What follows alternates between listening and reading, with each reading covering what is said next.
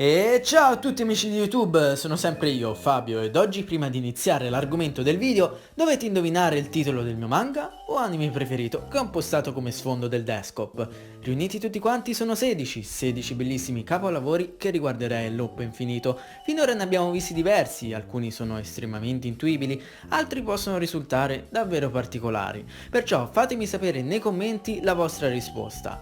Chi risponde in maniera esatta verrà menzionato in questi video e se eventualmente ha un canale YouTube o un altro profilo social lo pubblicizzerò.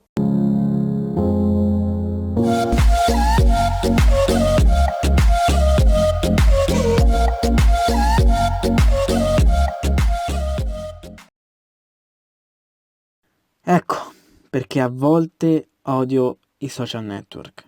In certe circostanze, ragazzi, sarebbero proprio da non utilizzarli.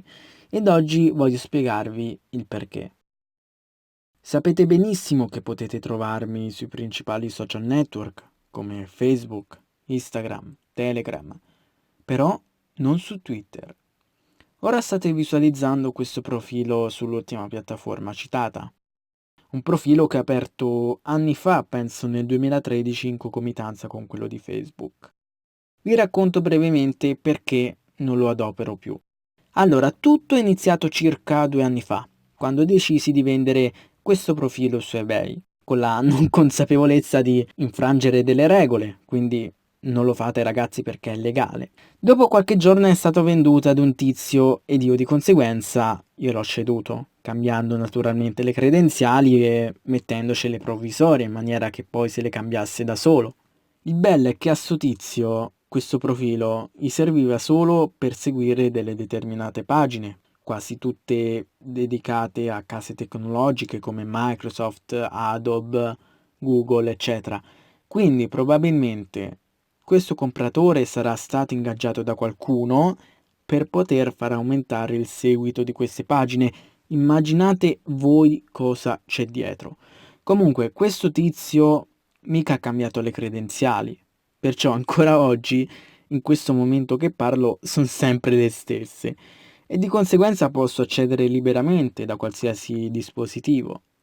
Per andare alla conclusione, cosa è successo veramente?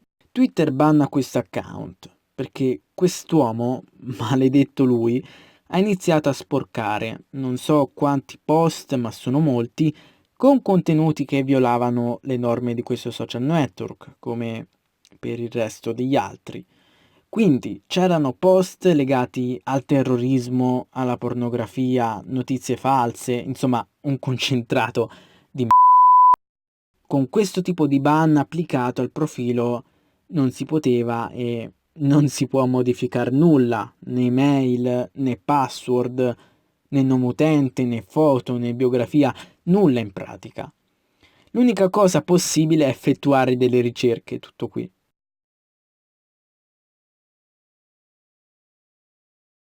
Allora, avendo ancora le credenziali, ho provato a contattare il supporto tecnico, ma dopo vari tentativi non ho mai ricevuto una risposta concreta. Le soluzioni che davano nelle mail in risposta al ticket aperto non rispecchiavano il mio caso. Sì, lo so, è un caso particolare, per carità, ma ci sarà una soluzione per poter verificare che quella persona sono io? Io voglio sbloccare l'account per poterlo eliminare, non mi va che gli altri utenti vedano cosa c'è. È cattiva pubblicità, insomma.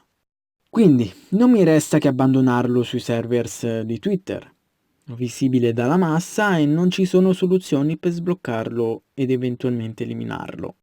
Spero che il prima possibile, sia su Twitter sia sugli altri social, il supporto venga più naturalizzato, nel senso che anche delle persone fisiche devono stare dietro a quei computer che inviano in automatico tutte queste soluzioni, che la maggior parte delle volte appunto risultano generiche ed ambigue.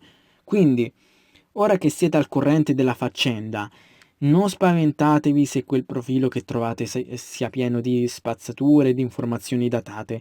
Se avete esigenza di contattarmi sapete come fare, attraverso appunto Instagram, Facebook o direttamente YouTube.